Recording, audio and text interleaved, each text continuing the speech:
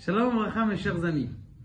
Le Mashiach est censé venir. Vous êtes tous au courant, Bezrat Hashem, et même ce qui se passe en Eretz Israël, qu'on ne sait plus qu'est-ce qu'est la droite, qu'est-ce qu'est la gauche, et la Corona qui sort d'une Delta au Corona. Et on est dans cette obscurité-là, les gens qui souffrent, les gens qui divorcent, les gens qui veulent divorcer, et nous, on continue à faire notre travail d'Hachem. On est encore en train de mettre les téfilines, en train de remercier Akadosh Baruch Hu. On est dans la émouna, dans cette obscurité. Et quand même, on continue à se battre. La chéra qui se pose, elle est... est-ce qu'il n'y a pas quelque chose pour nous renforcer qu'on est censé être heureux de la situation dans laquelle on est?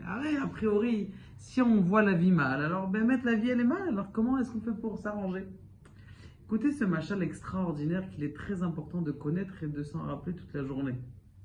Il était une fois un roi, il sort à la chasse, Baruch Hashem, il trouve un beau cerf, il commence à lui courir derrière, et bien sûr les serviteurs ils n'ont pas réussi à courir le roi, il tue le cerf, mais malheureusement il tombe dans la main des voleurs et il se fait dépouiller. Il le laisse comme ça en plein milieu et il y a un monsieur qui habite en plein milieu de la forêt et il attrape ce monsieur-là, il essaye de lui porter de la, comment on appelle ça, de l'aide. Il dit venez chez moi à la maison, il essaye de l'habiller un petit peu avec les habits qu'il a, quelques habits simples qu'il a, il n'a pas beaucoup d'habits.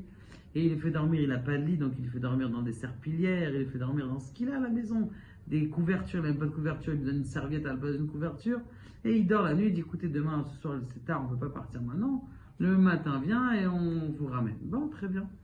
Il lui dit allez, viens, on prend la route, l'autre il l'accompagne, il le ramène à la route, il le ramène et il se rend compte que c'est le roi.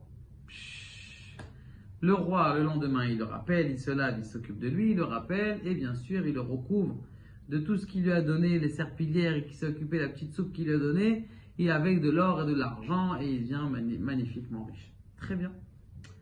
Et le pauvre, il a un ami, il lui dit, qu'est-ce qui s'est passé? Moi, c'est devenu si riche. Je dis, écoute, je sauvais quelqu'un, et Baruch Hashem, c'était le roi, et je lui ai donné, qu'est-ce que tu lui as donné? Je lui ai donné des serpillières, une petite soupe avec une petite courgette dedans, et voilà ce que je lui ai donné, des serpillières, des serviettes. Ah ouais, ok, très bien. Bon, allez, moi aussi je vais chez le roi. Il va chez le roi et il lui donne une petite serpillière, une petite soupe, une machin. Le roi il le prend, bam, bam. Il lui donne des coups, il dit qu'est-ce que tu fais en tout comme ça au roi? C'est des cadeaux que tu m'amènes, des serpillières de chez toi à la maison. Le type il n'a pas compris, il s'est fait punir difficilement et il pose la question, mais je comprends pas, comment ça se fait que chez toi, tu lui as donné une serpillière, un bouillon de soupe avec une courgette, moi je lui ai amené un petit bouillon de soupe avec cette courgette et cette serpillière, il m'a tapé. Il dit la différence, c'est que là, le roi, il était perdu dans la forêt.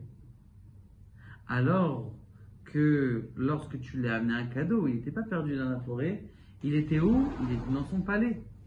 C'est bidiouk la même chose. Dans le temps où on est en exil, quand on veut donner un petit cadeau, même un petit paire de tefilines à Kadosh Baruch Hu, on donne à Dieu juste un petit effort, ou un remerciement à Kadosh Baruch Hu, même si c'est une petite serpillière, c'est rien pour Dieu. Qu'est-ce que c'est pour Dieu? Eh bien, c'est un grand cadeau, parce que tu l'as sauvé. C'est marqué que Kadosh Baruch Hu, il est avec nous en exil. Mais lorsque le Mashiach va venir, c'est quoi les cadeaux que tu devras donner à Dieu? Quand Dieu il sera dans son palais, c'est quoi les cadeaux que tu lui as donnés? C'est pas une petite paire de tefilines, ça va pas suffire. Il va falloir que tu étudies, et que tu connaisses, et que tu machin. Et là, tu pourras amener un cadeau. Donc, il y a un certain goût de facilité dans cet exil. Parce qu'on est en exil et que Dieu aussi est en exil, il est dans le champ. Alors, c'est plus facile de donner un cadeau, un remerciement, une bracha qui est faite à voix haute. C'est plus facile de donner ça. Et qu'Akadosh Baruch Hu nous arrive à vous faire comprendre ça, que des fois l'exil, ça peut être quelque chose qui est doux. Et c'est sûr, parce que si Akadosh Baruch Hu nous donne un exil, c'est que c'est pour notre bien. Et plus c'est difficile, plus c'est possible qu'on est proche de la Géoula, ce qui va arriver, Be'ezrat Hashem, Bekarov, dans pas longtemps, vous allez voir que le Melech HaMashiach, il va se dévoiler grâce à tous nos petits efforts qu'on fait jour après jour. Baruch Adonai Le'olam Amen.